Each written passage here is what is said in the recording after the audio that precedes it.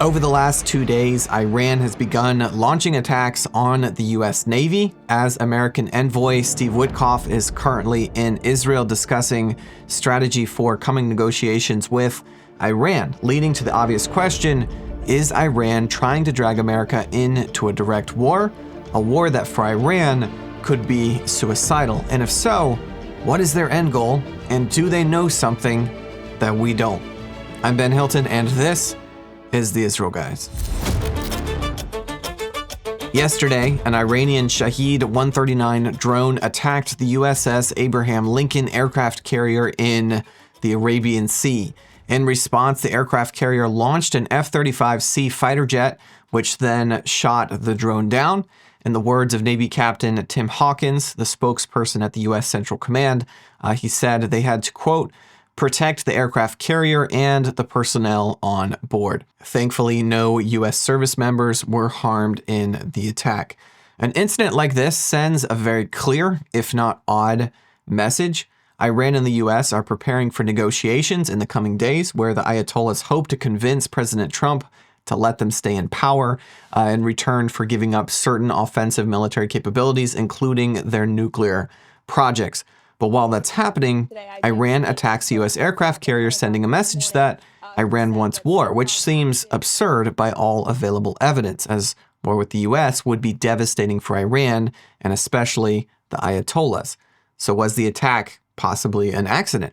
This could be a fair assumption, except shortly after the drone attack, 6 Iranian gunboats approached a clearly marked U.S. oil tanker in the Strait of Hormuz.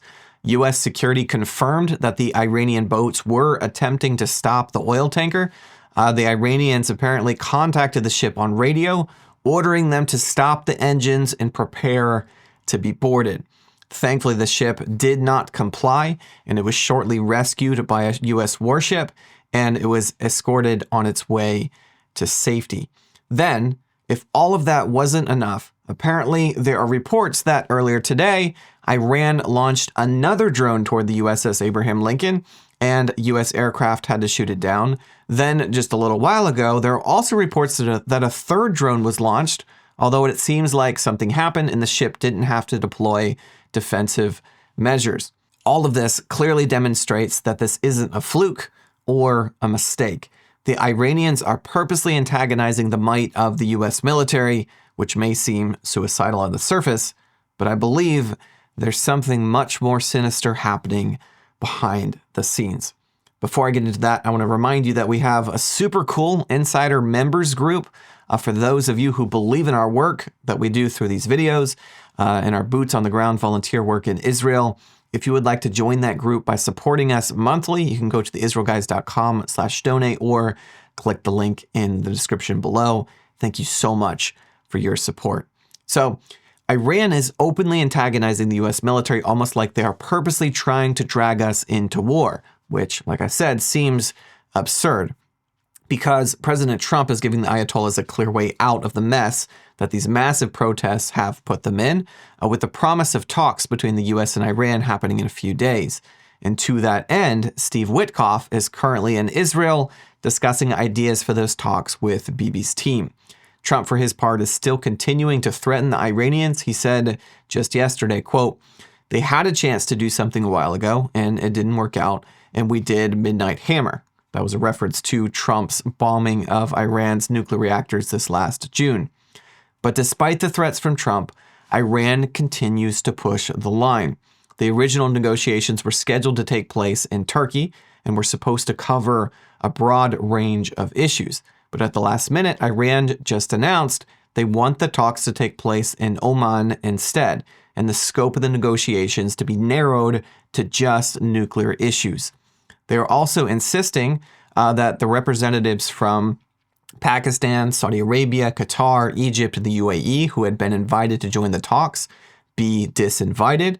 And despite all of that, and the attacks on the U.S. Navy that just occurred, Trump signaled that the talks will still happen, which, like I said earlier about the initial Iranian attacks, seems absurd on its face. Here's what I think is happening behind the scenes. Trump is rapidly approaching the midterm elections, And in recent polling, things aren't looking good for the Republicans. If the Democrats were able to flip the Senate and the House, the remainder of Trump's term is basically hobbled, meaning every action Trump takes at the current moment has to be carefully weighed in the scale of public opinion. And by and large, public opinion seems to highly favor Trump's foreign policy to date, especially the peace through strength moves he has been making. But that being said, there is a growing and a very powerful isolationist voice in the conservative movement that for over a year now has been selling panic about an American-Iran confrontation to the American people. Over and over again, these people have been warning about the dangers of a war with Iran, comparing it to the complex quagmire that became the Iraq and Afghanistan wars. And even though there's no evidence a confrontation with Iran would in any way be similar to either one of those wars at all, and Trump's Operation Midnight Hammer back in June clearly demonstrated that clean surgical operations to further American interests on the world stage is highly possible. But that hasn't stopped the propaganda. And even though the isolationist conservative voices were completely wrong about Trump's first strike on Iran back in June, none of them have backtracked. On the contrary, they have doubled down. I think Iran is reading the American public on all of this. They see we are divided, and they are calling Trump's bluff. They know an American strike on Iran at the current moment, even if it's perfectly successful, could spell ruin for the Republican Party in the midterms due to the idiocy of isolationist conservative commentators screaming panic from the rooftops, meaning in a way, Trump's hands are kind of tied and the Iranians know it. So, if they're going to head to negotiations with Trump's team here in a few days, stoking the panic a little more in the American public by some strategic drone strikes and Navy operations will give them more leverage and make a strike less likely, not the other way around. It's possible Trump may be able to push through the noise and do the right thing here, but it's appearing more and more likely that he will not. It's very possible we could see Trump's team walk out of the negotiations announcing yet another lame duck nuclear deal with the Iranians, one that will only move the nuclear reactors further underground and embolden the Ayatollahs for years to come. Guys, if you want to do your part to get the truth out about what's happening in Israel and the Middle East, give this video a like, share it with a friend, subscribe to the channel if you haven't, leave a comment underneath. Also, if you'd like to join our members program, you can do so at theisraelguys.com/donate or click the link in the description below. As always, thanks for watching.